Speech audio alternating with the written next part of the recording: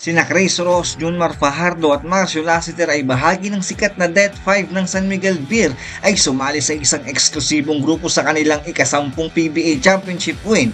Ang kanilang katatagan sa finals ng Commissioner's Cup ay nagpakita ng kanilang veteranong galing at nakatayo na sila ngayon sa mga alamat tulad nila Ramon Fernandez, Atoy Co at Robert Jaworski sa elite club ng 10-time champion.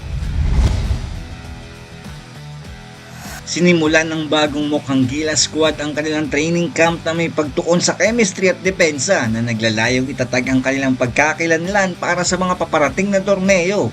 Binigyang diin ni Coach Timko ng kahalagahan ng paggalaw ng bola at dedikasyon sa depensa, mga katangiang makakapaghiwalay sa kanila sa isang roster na nagtatampok ng mga versatile scorers tulad nila Junmar Fajardo at Justin Brownlee.